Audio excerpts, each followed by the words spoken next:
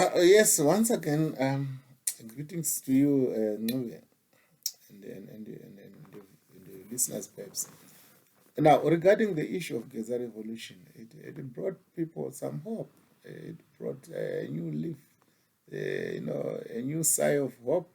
People, because of the desperation and frustration that has been going on for years, and people have been subjected to oppression, subjected to a lot of injustice. Anyone who comes with some talk like how they can bring some change, whether that change is half baked or half checked or what, people will climb on that, will run, will welcome that. Geza, Comrade Geza did something remarkable by talking about how he will remove the current sitting president through his influence as a war vet, his influence in the army, and people were excited to see, not because they didn't know that this is ZANU-PF fighting another ZANU-PF, but they were also excited because they just wanted something, some change in whatever form. At least there should be some change. People knew very well what happened in 2017, and people are not stupid. People are very conscious that what Geza was saying might be rhetoric, to say there will be an open for democracy, there will be reforms, the one that will win will be allowed to govern by the military. They know some of these things are not practical. Because when we talk about ZANU-PF, we're talking about the organization that when it was formed, it had a military wing, ZANLA, where they entered into a pact where the ZANLA had to protect ZANU leaders.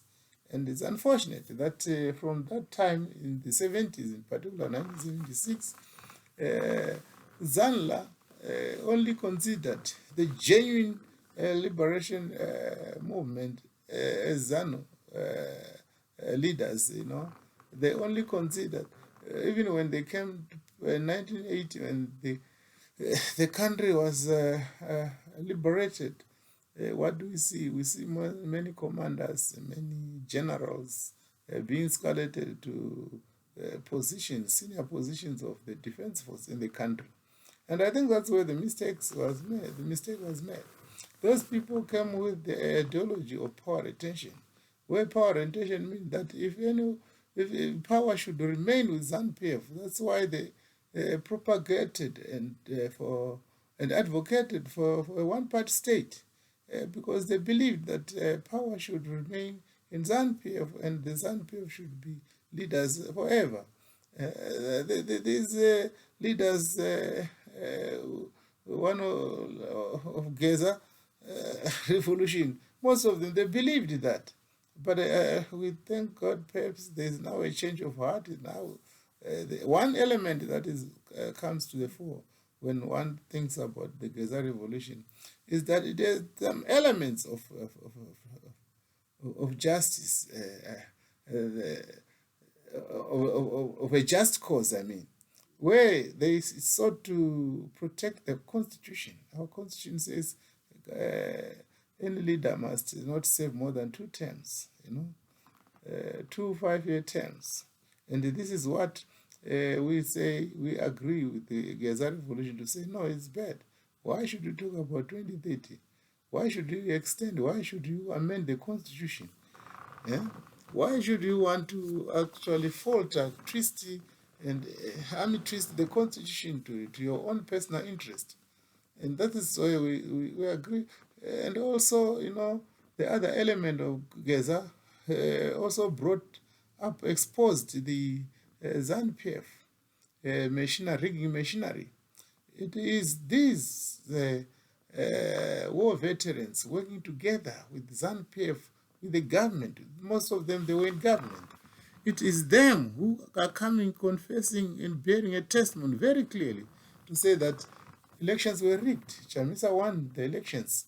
if the Chamisa is the people's president today, because we all believe and all know now through the confession by the ZANU-PF themselves, the ruling party, to say no, elections were rigged, elections were stolen.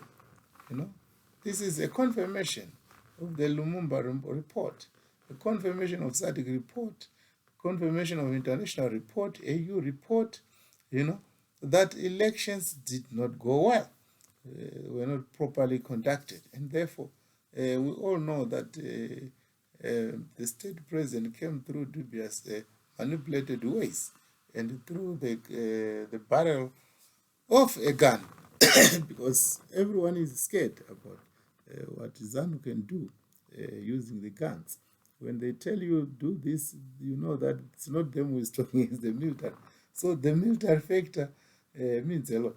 So you see, the funny part of this GEZA revolution is that it is very clear that when they remove the sitting president, they will replace him with another ZANU-PF president.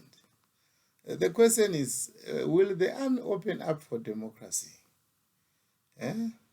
Will whatever GEZA is promising people, because GEZA is going as far as admitting that since the election was stolen, we were killing, we were doing a lot of bad things to the opposition, we shortchanged the opposition, but now we want to be open, we want to restore even stolen goods for ZAPU, we want to restore the dignity of the people, everything must be normalized. We went to fight in the bush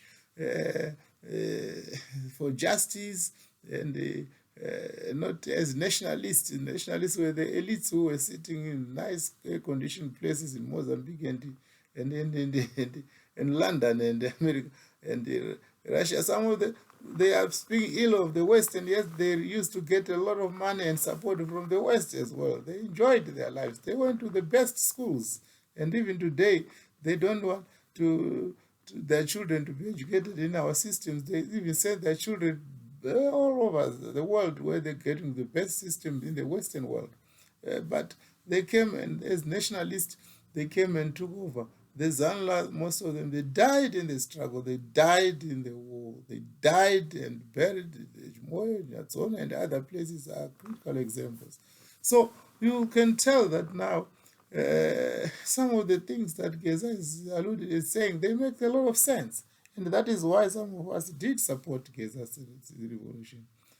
Unfortunately, most of the people, through our support, they came to the streets and supported, and that's why most of them got nabbed. 104 people are in jail. Most of those people were activists from the opposition. Where are GEZA's comrades who are in ZANU? Where are they? That is my question. Where were they? They never came out, So there are a lot of questions people are now starting to ask themselves,